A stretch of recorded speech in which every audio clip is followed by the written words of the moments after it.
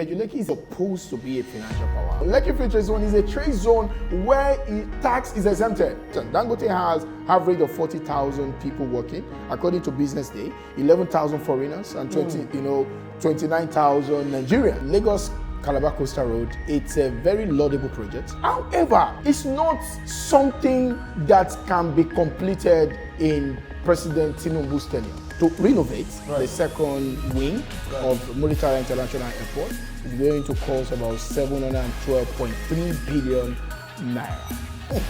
They even put some kobo behind it. I don't think the policy yet is favoring a lot of people, because the goal of the free trade zone is for people to look at the tax friendliness of the zone and begin to move their businesses there. If that is not done, free trade zone could be empty for another 10-20 years.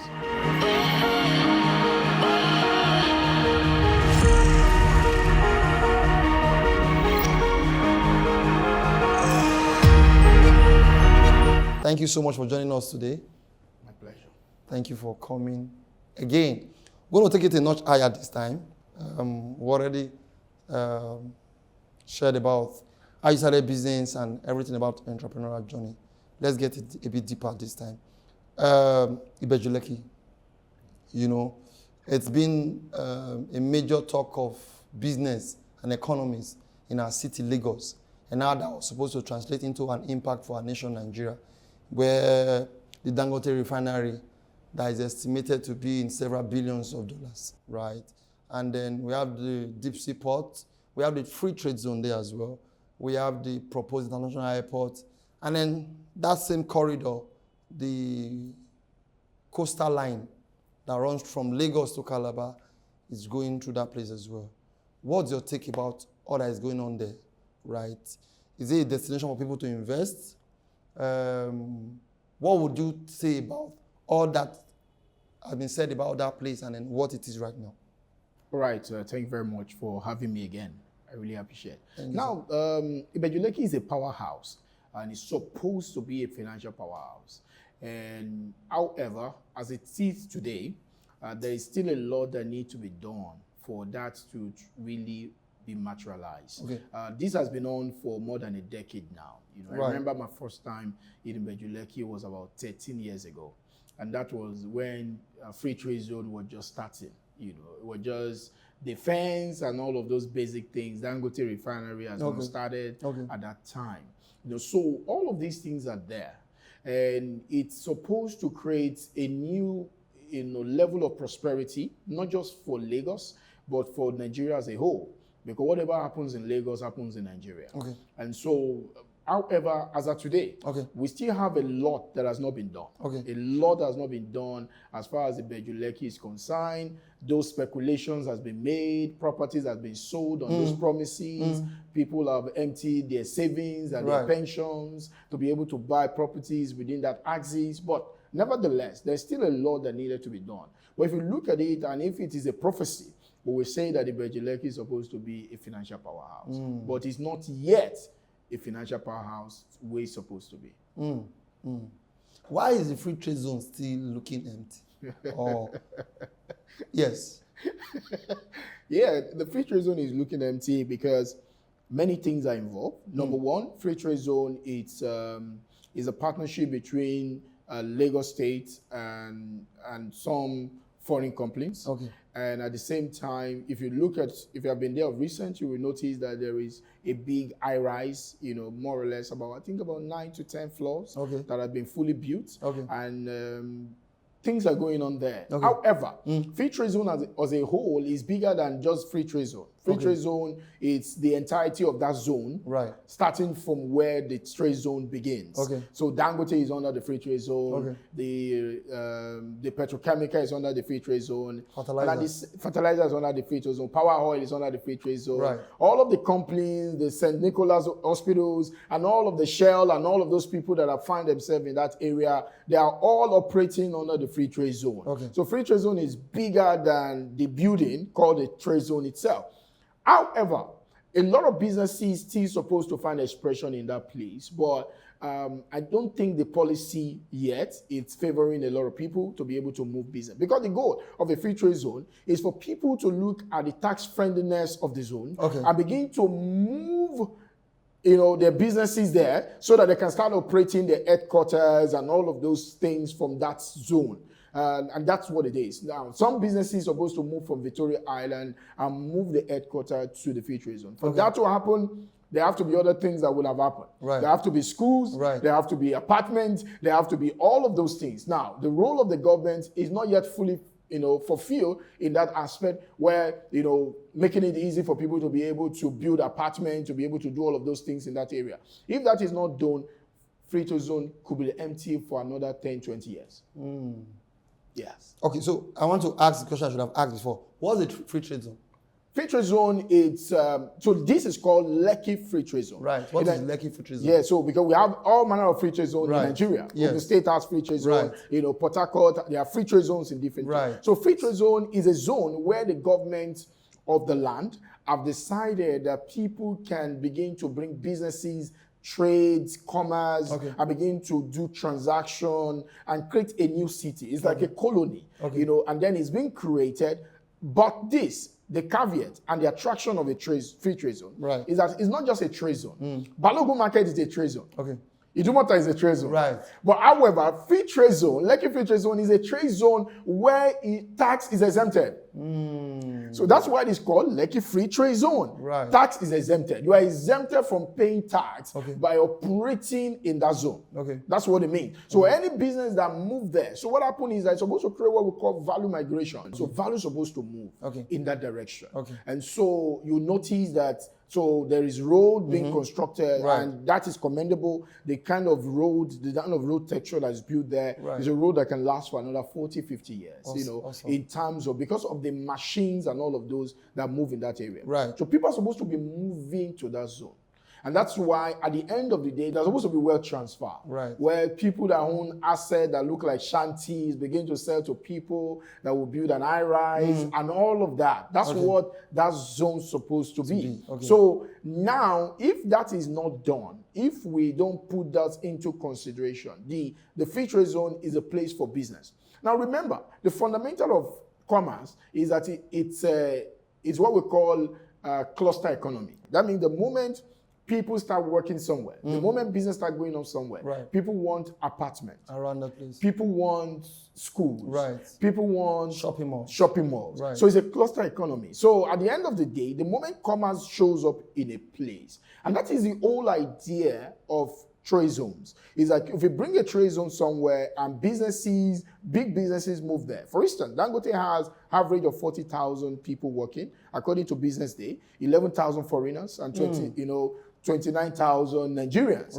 That's not joke. Where you can have a congregation of about 40,000 people, 11,000 foreigners working. That's not a joke. Without their family members counted. Exactly. So that's a lot. That's a lot happening. However, ecosystem is happening in ecosystem. You must make it easier for people to be able to build apartments. You must make it easier for people. Because without apartments, without all of those things occurring, that becomes like a ghost town.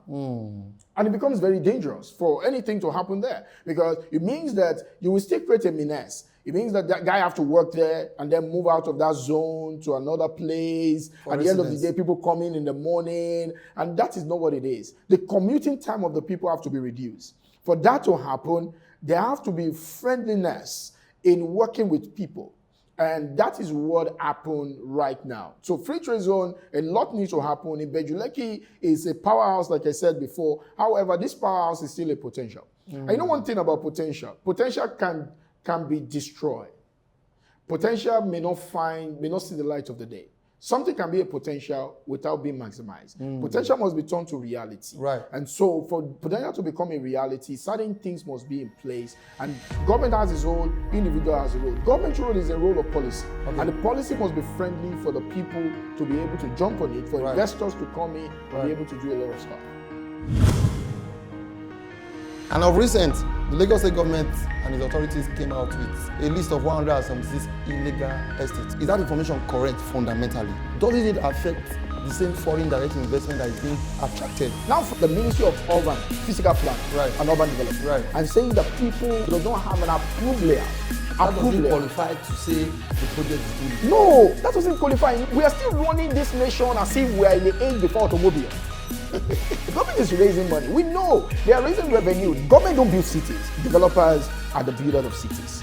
Government are the regulators of the city so that there won't be chaos. We should know that everything that we are doing is also affecting the reputation of the state. Demolition going here and there. You know, one of my property was demolished. Government paid me before they demolished the property. As we stand today, 30 kilometers has been done. We're going to about 700 kilometers. Now, the president, let's say potentially, he has about 6 years. If that happened, the mathematics needs to be understandable because right now, the mathematics is not making sense.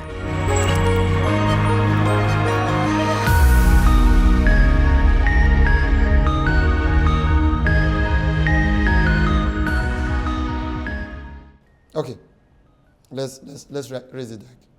We just talked about free trade zone. Yes. And of recent, the Lagos State government and its authorities came out with a list of 176 illegal estates or projects. What does this mean? What is this impact? Is that information correct fundamentally? And then such information, does it affect the same foreign direct investment that is being attracted for such free trade zone? It does, and I think it's a language of semantics. Firstly, the semantics is wrong from the government angle. You don't come out and say that some projects are illegal. That word is heavy, you know, for you to call something illegal. However, if you want people to have paid you for something, you want to generate revenue as a result of certain things. Most of these projects, I won't say some, the one that I know and I'm part of, it's the fact that they have all the documents, they have C of O, they have all government consent on these assets, you know, they have had building approvals for certain things. Now for the government to come out and say, especially the Ministry of Urban, Physical Planning and Urban Development, and saying that people don't have an approved layout. That is the emphasis. Approved layout. That doesn't qualify to say the project is illegal. No, that doesn't qualify. What that's supposed to be is supposed to have like a town hall meeting with these either investors, developers, and all of that, and say, guys, you are supposed to have paid. Government is raising money. We know they are raising revenues. That is fine, but there is no way you are going to go around the way they are going about it, and at the end of the day, you will not still affect. We should know that everything that we are doing is also affecting the reputation of the state. All right? And sometimes you can be sincere and be sincerely wrong. And that's one of the things that is happening right now. They may be sincere in their approach, but the approach is wrong. Because at the end of the day, some people don't get details. They just look at the news, the government said this, and the PR was very big, you know, it's trending all over the place. And so if you're not careful, what you want to achieve, you end up not achieving it. You will have, you know... It won't destroy much more. There's a lot of underlying conversation going on around Lagos right now. People saying that Lagos does not want Igbos to be able to build properties here and all of these, demolition going here and there. You know, one of my property was demolished, and the truth of the matter, the government paid me before they demolished the property. And the truth of the matter is, some of my clients that bought there, all they asked us to do is to bring the document. We took the document there. I don't know them. I've never seen anyone there. I don't have any relationship with anybody. I didn't even show up there. It's only my people that were representing, and all the people that bought properties for me there, that have building erected there that they wanted to use, they paid them their money. Now, the truth of the matter is, those kind of news may not be out there about the government paying people money and all of those. But the truth of the matter, government is compensating people, but at the same time, government can be sincere and they can also be sincerely wrong. They can go about what they are doing the wrong way. And so let people know this is for the betterment of everybody. And there is a place for conversation. There's a place for town hall meeting. Sit down with the people that are concerned. And let us say, oh, this is what it is. You guys, you're supposed to have a layout, approval layout, or whatever it is called. And then this is how much is it. Let the people negotiate. Know that you're trying to do it in a forceful manner and trying to ruin what people have spent all their life to build. I don't think it's the right way to go about what is being done. Because now you have put out that the projects are illegal. Inside of it is investors' money from all around the world, both Nigerians in diaspora and non-Nigerians, right? And then aside from the branding and the reputation of the company, which is at stake, because they have also come out to tell us that they had reached out to the companies and the companies was not responding. But we still think that terming or addressing it that way, that it's illegal, was sincerely wrong. I agree with you. I agree with you. It was sincerely wrong, and I will tell you for free that no government has reached out to anybody. I think the letter was only sent when they wanted to do this. And for me, for my little knowledge, I believe that that ministry have a target to get some money into the pocket of the government, which is not bad. But however, I will keep saying it. There is a way to do a thing, and there is how to do a thing. And you must be willing to learn the most effective way to do it. And remember, it's not an isolated island. Mm-hmm. We are talking about something that is inclusive. Right. A lot of people are involved. Right. Both investors. There are many stakeholders in this conversation. Right. So you can't come and just say, oh, this is what we are going to do. You're affecting the perspective. We want investors to come into our country. Right. And suddenly investors is looking at us as if we have pendulum mode. Every moment, our mood is just going up and down. Either we are hearing demolition, yes, or it's illegal. No, that's not a proper branding for the state. That's not a proper branding for the nation. You have good intention, but remember, reputation, good reputation is better than great riches. So you need to have a good reputation as a state where people want to come. Real estate is one of our core in Lagos. Right. So if real estate is one of our core business in Lagos, how friendly is it? How friendly is it for investors to bring money from abroad and put it in Nigeria with their eyes closed, knowing full well that my money is safe? Or one day, one government will just set in and say, oh, I don't really like what these guys are doing around there. Huh? Let's put it down. No, that cannot be said. We are still running this nation as if we are in the age before automobile. We're in the age of bicycle. Like all our system is running as if you are in the age of bicycle. Government don't build cities. Okay. In the history of human race, and if they are very conversant with the ancient Rome and ancient Greece, when you go back and study all of these things, you will realize even America, you will notice that the cities were not built by the government. The cities were built by the people called the developers. They build the cities. The government then regulates the cities that are built. Why? Mm-hmm. Because cities are necessary for prosperity. Therefore, if you want to have prosperity, you have to build cities. That's why building are not just one of the subsets of a nation. Mm-hmm. Buildings are the core of economic policy of a nation. It means that the moment you are not focusing on the people that are building whatever is going on in the city, or you look at them as if they are just a side play. No, you are ruining your city and you are making wealth to migrate out of your city. And that is not what we want to do. Developers are the builders of the city. They build the city. They come with the creativity. They come with the mindset. They come with things. They turn rural areas to a more urban area. Fantastic. That is the thing that happened. There was no banana island. No, there wasn't. Developers make banana island. Yes, there was no orange island. Yes. Developers make this thing. Absolutely. There was no Lekki Phase 1 as it is. As it were. Developers came into those places and turned it into something else. Absolutely. So what happened is that developers are the people. Because lands are just a box of gifts. It is the developers that unbox it. Right. So that the world can see it and gravitate towards it. So what happened is that understanding must be there. And because developing is beyond just a land. Mm-hmm. But the question is, it begins with the land. If the people find it difficult to even process a document, in this part of the world, to even process a document for an asset you acquire, it's like after then you have to go to church and do Thanksgiving. And then, because you were wondering like, well, I just want to come and say, Lord, this land I bought. I'm myself.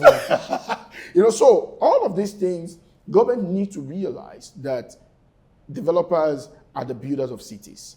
Government are the regulators of the cities so that there won't be chaos. Right. That's why government have to be there to regulate the cities. But if you don't give a free hand to the people to build the city, after a while, the scale of preference will set in. Right. People will start looking for the cities or the places that allow them to build cities. That's what happened. What I was going to touch on next is, because while you talked about developers, I can see that developers are being used as scapegoats in the conversation.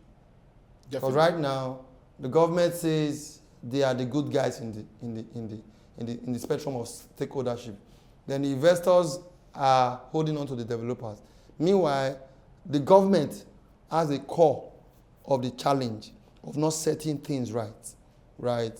The government has a part and a major role to play to ensure that system and structures are put in place for the purpose that would encourage friendly economies. When I mean economies, I mean everybody is able to play fairly and not have situations whereby some persons are giving preference against others, as to when you talked about the rumor, should I call it rumor, or the news making around in some quarters where they say Lagos is against a particular tribe. Yeah. Now, still talking about Ibeju-Lekki, let's talk about the Coastal Road. Lekki Coastal Road. So is it Lekki Coastal Road or the Lagos Calabar? Lagos Calabar. Yes, Lagos Calabar. So we are discussing about because it goes through the Ibeju-Lekki corridor. And of recent, the 30 kilometer was commissioned by His Excellency, the President of the Federal Republic of Nigeria. That project, what's your take on it? Lagos Calabar Coastal Road, it's a very laudable project, just like every other project that's supposed to bring progress to the people. However, as of today, it's still a potential. Yeah, 30 kilometers has been done, and the president came to Lagos to commission the 30 kilometers. Why Lagos Calabar Coastal Road? One of the things about assets and civilization is mobility. Right. The closer people can move from one point to the other, the faster people can become prosperous. Now, if Lagos Calabar Coastal Road is being accomplished, what will happen is that mobility is shortened. Commuting time is shortened. Safety of lives are more honorable, as it were. However, as we stand today, 30 kilometers has been done. We're going to about 700 kilometers. That's what we're going. Now, the president have spent 2 years in this tenure. Of 4 years. Of 4 years. Right. And hopefully, when he finishes his tenure, election will come. Right. And whoever wins, either him or whoever is contesting with the president, let's say potentially he has about 6 years to be a president of Nigeria after now. Now, if that happened, the mathematics needs to be understandable, because right now, the mathematics is not making sense. It's to say that, what is the plan? Because nobody has come out and tell us that this project is going to be done in 4 years or 6 years. Now, we know that a new stuff has been sent to the National Assembly for money to be raised around 320-something million US dollars to be raised concerning projects, infrastructure, predominantly the Lagos Calabar, Coastal Road. And so this is a good project. However, it's not something that can be completed in President Tinubu's tenure. That's what I know. Because if we want to look at things the way it's going, and let us be very realistic with ourselves, is to tell ourselves that, and you know what happened? Tell me. The next person that becomes president of Nigeria, that may not be his plan. Might not be enthusiastic about it the way the current. He also want to have his own. One of the things about our country is that we don't have continuity. Everybody wants to have his own. Everybody want to have his own stuff. Everybody want to say, this is what I did. It was the first of its kind. I didn't complete any other person's project, except maybe the same parties, and they feel like, okay, let's do this. However, it's going to be a very laudable one if the project is fully completed. Now, some states are already complaining. Some states are saying, when is it going to get to us? This thing you call Calabar, when is Calabar going to feel it? And in some quarters, some people are saying, maybe they are even started doing it from another end, but we don't have any details about that. Lagos Calabar Coastal Road is a project that should create a new possibility for the whole nation. Now, who is the beneficiary of the project now? Right now, supposed to be Ibeju-Lekki and all of that, because at least the one that we have seen. Right. And it's there. And I remember when the president came the other time, they beautified the whole place, and the hypocrisy of the people, they beautified the whole place, put street lights, and I'm like, wow, this is good. Mr. President, this is not how this place is always is. Because you are coming, that's why it is like it's this way. But what I'm saying is that put everything together. The coastal road is meant to help us. But what about the completion? The only way it can help the entirety of Nigeria is when it is completed. Right. But whether it will be, for what I know, if I'm looking at the statistics, it can be completed in President Bola Ahmed Tinubu's tenure. And that means that we have to start thinking differently about the way we go about things. There's the Lekki International Airport. Where are we with the airport? Is it still on the table? If you look at it from the people that are supposed to be leading that course, Right. for instance, the Minister of Aviation, you will realize that right now that does not look like a priority. If that level of money is taken and is then spent on the airport in Lekki, I believe they will have finished the airport. As far as that airport is concerned, nothing is happening. The minister is focusing on renovation. If you just oppose what is going on, you will then realize that the emphasis of this just make the other one not to be nowhere. The macroeconomy around that area, That entire vicinity, is going to change because that's what development does. which would in turn generate more revenue for state. Exactly.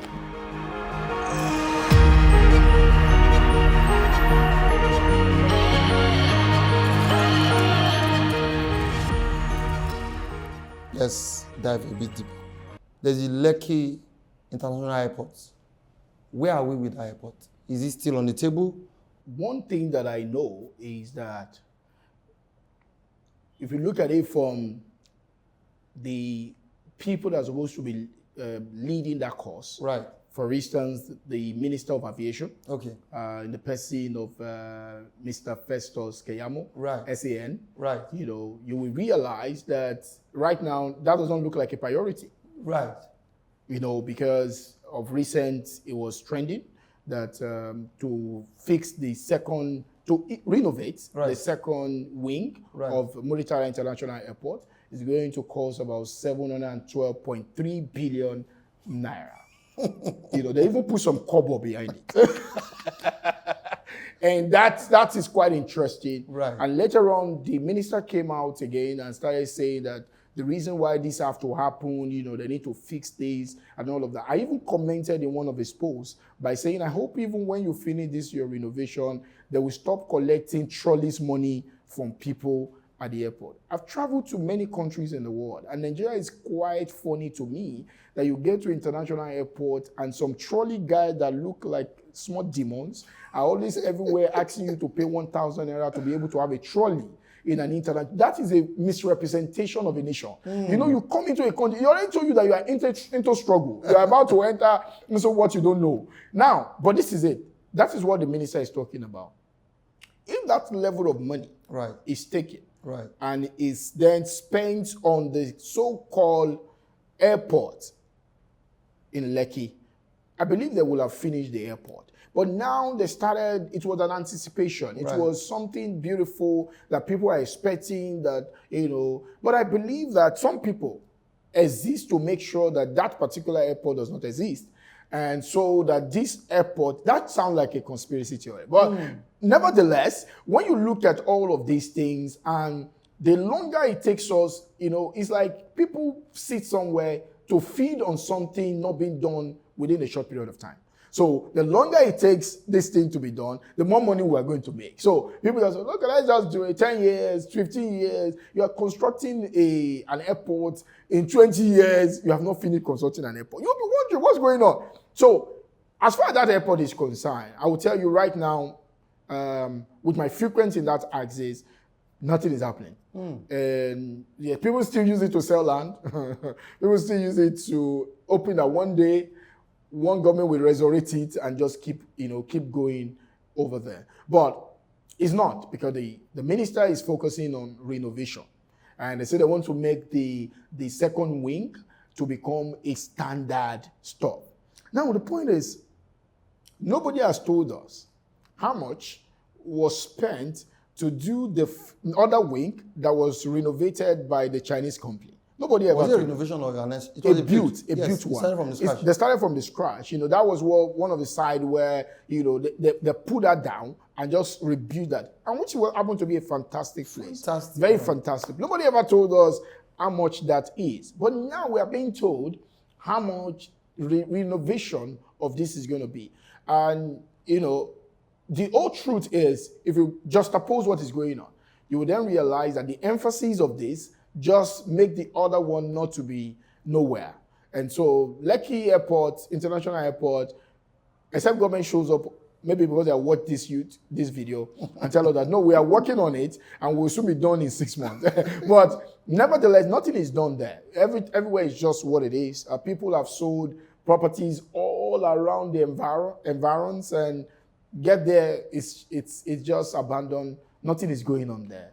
And that would have changed the narrative of that exit. That would have created Lagos to become 2 cities. Right. Because you go to some other countries and you see different airports. Because what's the essence of airport? Just like free trade zone. The essence of airport also is that a lot of activities happen at the airport. And airport is like monument.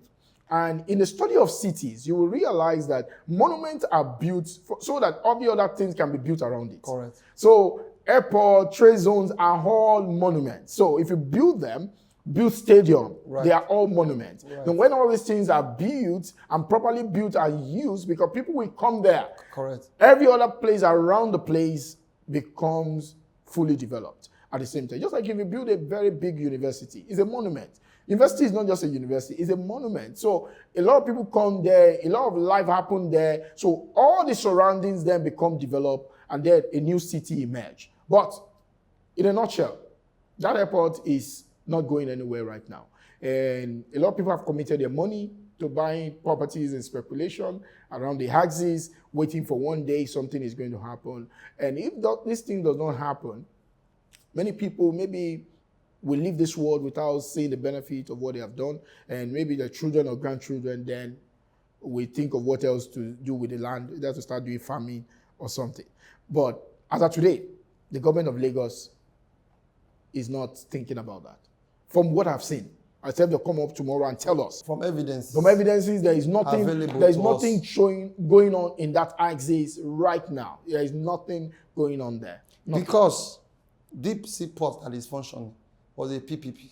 Yes. A private and a public deal. The Dangote Refinery and the petrochemical that is functioning is a private sector business.